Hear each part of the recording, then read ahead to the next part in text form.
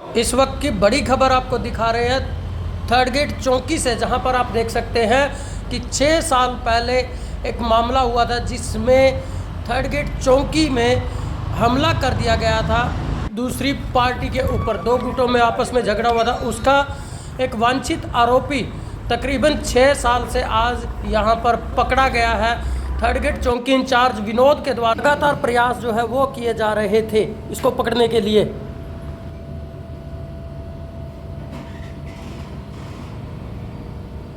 इसकी उम्र है 28 ईयर्स। जी भाई साहब, क्या बताएंगे? एक मुलजिम अरेस्ट किया गया है, 307 का काफ़ी पुराना मुकदमा है। ये सर 2019 की बात है। हमारी पुलिस चौकी थर्ड गेट पहले थर्ड गेट पे होती थी, लक्की स्वीट हाउस के सामने। तो 4/11/2019 को रत्नावली का प्रोग्राम चल रहा था यूनिवर्सिटी के अंदर, जो ये हर साल नवंबर में चलता है, हरियाणा दिवस पे।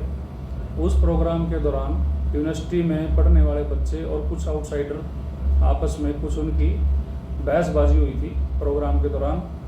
और उस बहसबाजी के बाद वो लोग देवीलाल नरहरी हॉस्टल के बाहर भी जाके आपस में छिटपुट उन्होंने झगड़ा किया था। मोटरसाइकिल का नुकसान किया था एक पक्ष ने दूसरे पक्ष की।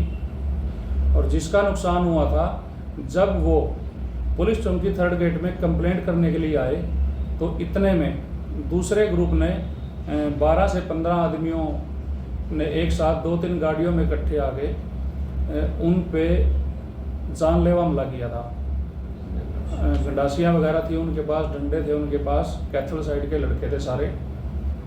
और तो मौका पे पुलिस मौजूद थी। मौका पे एक मुंशी था शाम को रात को, एसपीओ बलविंदर सिंह। जब उसने देखा कि जो कंप्लेनेंट उनके पास आए हुए हैं तो दरखास्त देने के लिए, इतने में दूसरे पक्ष ने आके उनको मारना चाहा, तो वो लड़के अपनी जान बचाने के लिए चौकी के अंदर भागे।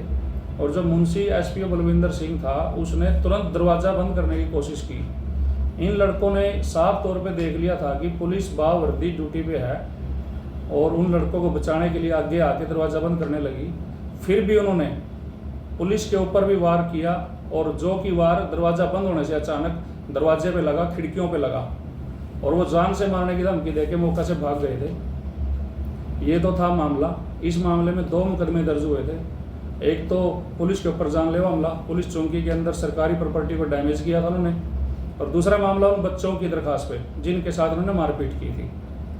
मुकदमा नंबर 510 डेटेड 5/11/19 और मुकदमा नंबर 511 डेटेड 5/11/19। जो 510 नंबर मुकदमा है उसमें 307 IPC भी का भी अपराध हुआ था, जो पुलिस की ही स्टेटमेंट के ऊपर इन लोगों के खिलाफ दर्ज हुआ था। इस मुकदमा की तफ्तीश के दौरान अभी तक 11 आरोपियां दिलबाग बाड़ू, सुरेश चंदाना रोड, परवीन शक्तिनगर कैथल, परवीन कुतुब रोड कैथल, जगवीर उर्फ टीटू करोड़ा, कपिल देव सांपल खेड़ी, नसीब मंडी खुर्द, राहुल कलायत बाड़ू गांव का, रविंदर हरसोड़ा गांव का, रोहित उर्फ RDX हरसोड़ा गांव का, अमित उर्फ नाथी तितरम गांव का।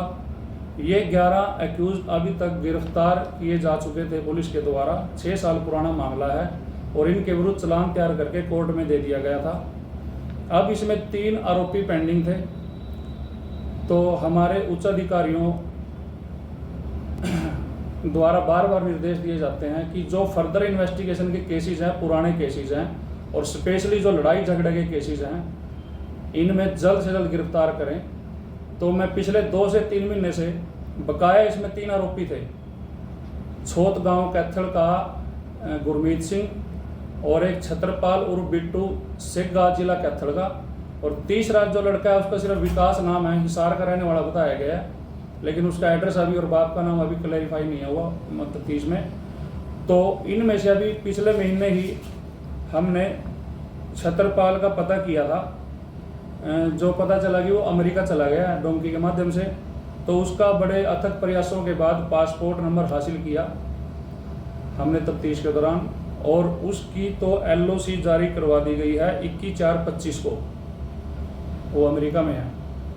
तो तो उसके बाद अब गुरमीत पर फोकस था पिछले 1-1.5 महीने से लगातार, और ये अक्सर अपना फ़ोन कभी ऑन कभी ऑफ, गांव में जाते हैं तो गांव में नहीं मिलता था, कभी जीरकपुर कभी झज्जर, इसने इसके लिए बड़े प्रयास किए और काफ़ी प्रयासों के बाद कल दिनांक 11 थी, कल 11/4/25 को साइबर सेल कुरुक्षेत्र ने बड़ा सहयोग किया। उनकी मदद से हमने 5-7 घंटे की काफ़ी मेहनत के बाद मुखबरी लोकल इंटेलिजेंस कैथल की लेके इसको गुरमीत सिंह पुत्र राजवीर सिंह वासी गांव छोत जिला कैथल को कैथल RKSD कॉलेज के सामने से विधि अनुसार 5:15 PM पर गिरफ्तार किया था।